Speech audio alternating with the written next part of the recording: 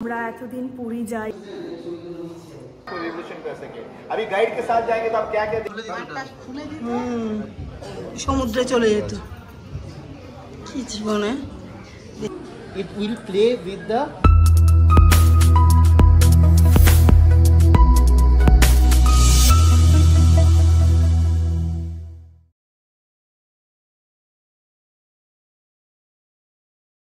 মিউজিয়ামের দ্বিতীয় room coral room. চলো ঢোকা যাক ভেতরে। কোরাল রুমটাকে একবার তোমাদেরও ঘুরে দেখাই, তোমরাও জানতে পারবে কত ধরনের কোরাল পাওয়া যায় আর কেন মানুষ বারবার আমরা ছুটে ছুটে আন্দামান দেখার জন্য যাই।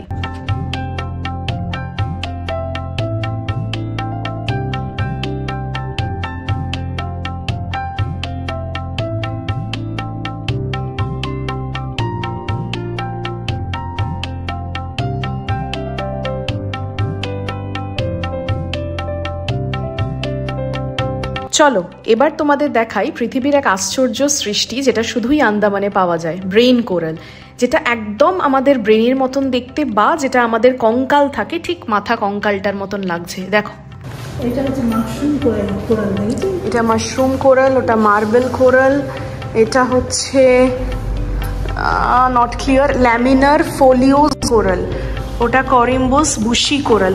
এক একটা কোরাল এক এক স্টাইলের। এইটা দেখো,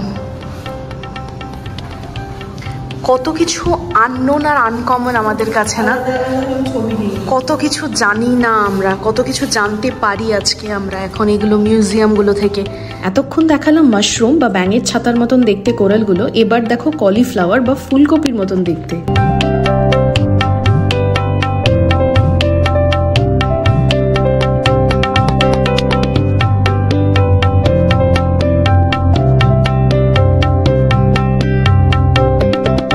যেটা তোমাদেরকে দেখাবো সেটা হলো ব্লু কোরাল বা নীল প্রাচীর। এটাকে বলা হয়ে থাকে এন্ডেঞ্জার্ড বা অবলুপ্ত, যেটা আমরা হারাতে বসেছি। তোমাদের সামনে এরই একটা স্পেসিমেন তুলে ধরলাম। আমরা এতদিন পুরী যাই, দীঘা যাই, ঝিনুক দেখি অনেক রকমের, সেগুলোই কিনি, ভালো লাগে। বাট বলে না মানে বিলো দ্য সি বা একদম সমুদ্রের ভেতরে আসল যে জিনিসগুলো আছে সেগুলো হয়তো কীরকম ধরনের হতে পারে। আন্দামানে না আসলে বা হয়তো এই মিউজিয়ামটায় না আসলে আমি হয়তো এক্সপিরিয়েন্স করতে পারতাম না। তোমাদেরকে এক ঝলকে একবার দেখাই যে কত ভ্যারাইটিস শামুক এখানে আছে।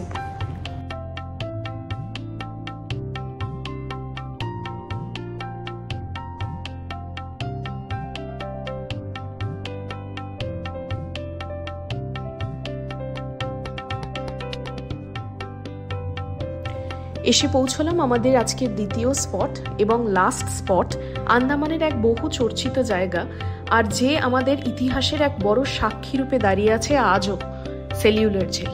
সেলিউলার জেলের ভেতরে ঢুকতেই অনেক গাইড দাঁড়িয়ে থাকবে, তারা প্রত্যেকেরই সেম ফিস 150 টাকা মাথা পিছু। সেই মতন আমরাও একজনকে নিয়েছিলাম যার 150 টাকা, আমাদের 6 জন ছিলাম তাই 150 × 6। আর হ্যাঁ, আরেকটা কথা জানিয়ে রাখি, শুধু যে একটা ফ্যামিলির अगेंस्टे একটা গাইড যাবে তা কিন্তু নয়, তোমাদের সাথে আরো অনেক ফ্যামিলি থাকবে যাকে গাইড করা হবে। नंबर 7 विंग नंबर 6 ये 3 विंग्स ही बचा हुआ आपको देखने के लिए, पीछे का 4 विंग्स नहीं है। अटैक कोस्टल अटैक कर देते हैं। ब्रिटिश स्काई साइड में देखेंगे मीनिंग अलग आएगा, इंडियन आई साइड से देखेंगे दिस वाला द ग्रेट फ्रीडम फाइटर। उसी फ्रीडम फाइटर्स के अंडमान सेंड कर देते जिनको आइसोलेटेड करना था, ध्यान देना। यहाँ पे मेजर फ्रीडम फाइटर যে গাছটা দেখছো এ হচ্ছে ইতিহাসের প্রথম দিনের সাক্ষী। ताकि यहाँ से कोई एक्टिविटीज ना हो। टॉयलेट्स करने के लिए क्ले पॉट, सोने के लिए वुडन प्लैंक, एक ब्लैंकेट, एक ड्रेस कोड ऑल प्रिजनर्स के लिए प्रोवाइड करते थे ब्रिटिशर्स। ऑल विंग के सामने फिर से बता देते, ऑल विंग के सामने अभी घास देखने मिले ग्रास, मगर उस जमाने में ऑल विंग के सामने कॉमन टॉयलेट्स, बाथरूम का फैसिलिटीज थे और काम करने का वर्कशीट है। मीनिंग है कि इस विंग वाला पे वर्क करते समय প্রথম ঢুকলাম আমরা ফাঁসি ঘরে, যেখানে 3টে দাগ মার্ক করা দেখতে পাচ্ছ, এর ওপর দাঁড়িয়ে ওনাদের ফাঁসি হতো। আর যখন ফাঁসি হয়ে যেত বডি নিচে চলে যেত, সেখান থেকে নিয়ে তাকে সমুদ্রের জলে ভাসিয়ে দেওয়া হতো। সেলিউলার জেলের ভেতরে যত ঢুকছি গলা শুকিয়ে আসছে আর গায়ে যেন লোম খাড়া হয়ে যাচ্ছে। এই যে চোখের সামনে যে তোমরা ড্রেসগুলো দেখতে পাচ্ছ, বস্তা ড্রেসটা দিয়ে শুরু হচ্ছে, এগুলোকে বলা হয় পানিশমেন্ট ড্রেস। নির্মম অত্যাচার করতো, কখনো 45 দিন, কখনো 100 দিন, কখনো 200 দিন অত্যাচারের পর অত্যাচার করার জন্য এই ড্রেসগুলোকে বানানো হতো। this place, it's not only a beautiful architecture, but it was designed in such a way that it will play with the mental stability of the person who is staying over. So the Britishers were not only interested in damaging the physical strength, but also damage the entire physical as well as the mental stability of these persons who are staying over here. Right. So they know, because the freedom fighters will be very, very strong mentally. So they want to break that, because if they break that, the person will be broken as a person, and he ceased to be less threat towards the British. So that's what can be seen in this jail. And as I walk through this place, প্রচন্ড, সেটাই শুনে খুব অবাক লাগলো। Just একবার একটা জিনিস দেখাচ্ছি, আমি একটা জিনিস দেখাচ্ছি যেটা শেয়ার করলো, সেটা হচ্ছে কাউকে যদি প্রচন্ড পরিমাণে পানিশ করার থাকে, শুধু তাকে কিন্তু জেলে রাখবে এটা নয়, কিন্তু জেল থেকে বাইরে একটা ফিটার আছে, একদম স্ট্রেট ফিটার দিয়ে তারপরে তাদেরকে পানিশ করবো।